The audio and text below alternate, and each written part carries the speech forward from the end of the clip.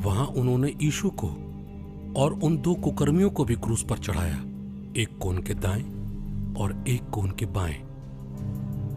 यीशु ने कहा, पिता, इन्हें क्षमा कीजिए, क्योंकि ये नहीं जानते कि ये क्या कर रहे हैं।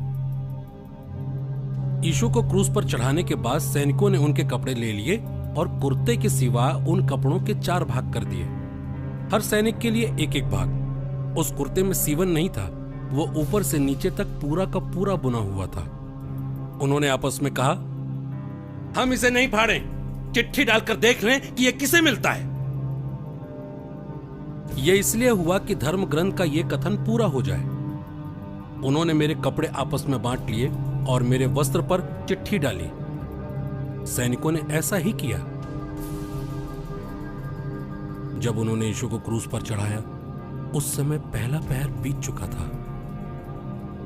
पिलातुस ने एक दोष पत्र भी लिखवाकर क्रूस पर लगवा दिया। वो इस प्रकार था, यीशु नासरी, यहूदियों का राजा। बहुत से यहूदियों ने यह दोष पत्र पढ़ा, क्योंकि वो स्थान जहां यीशु क्रूस पर चढ़ाए गए थे शहर के पास ही था, और दोष पत्र इब्रानी, लातिनी और यूनानी भाषा में लिखा हुआ था। इसलिए यहूदियों के महायाजकों ने पिलातुस से कहा, आप ये नहीं लिखिए यहूदियों का राजा, बल्कि इसने कहा कि मैं यहूदियों का राजा हूं। पिलातुस ने उत्तर दिया, मैंने जो लिख दिया सो लिख दिया।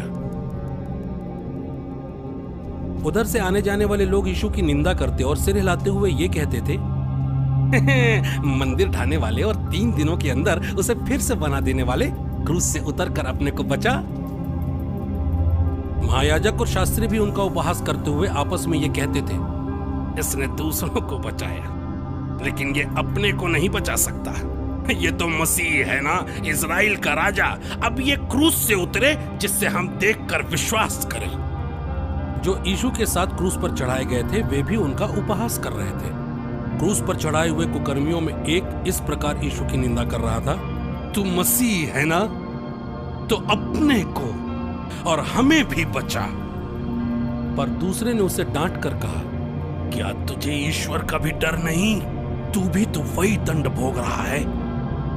हमारा दंड न्याय संगत है, क्योंकि हम अपनी करनी का फल भोग रहे हैं, पर इन्होंने कोई अपराध नहीं किया है। तब उसने कहा, यीशु, जब आप अपने राज्य में आएंगे तो मुझे याद कीजिएगा। यीशु ने उससे कहा, मैं तुमसे सच कहता हूं, तुम आज ही मेरे साथ परलोक में होगे। यीशु की माता, उनकी माता की बहन क्लोपस की पत्नी मरियम और मरियम मगदलीनी उनके क्रूस के पास खड़ी थी। यीशु ने अपनी माता को और उनके पास अपने उस शिष्य को जिसे वो प्यार करते थे देखा। उन्होंने अपनी माता से कहा, हे नारी, देखिए, ये आपका पुत्र है।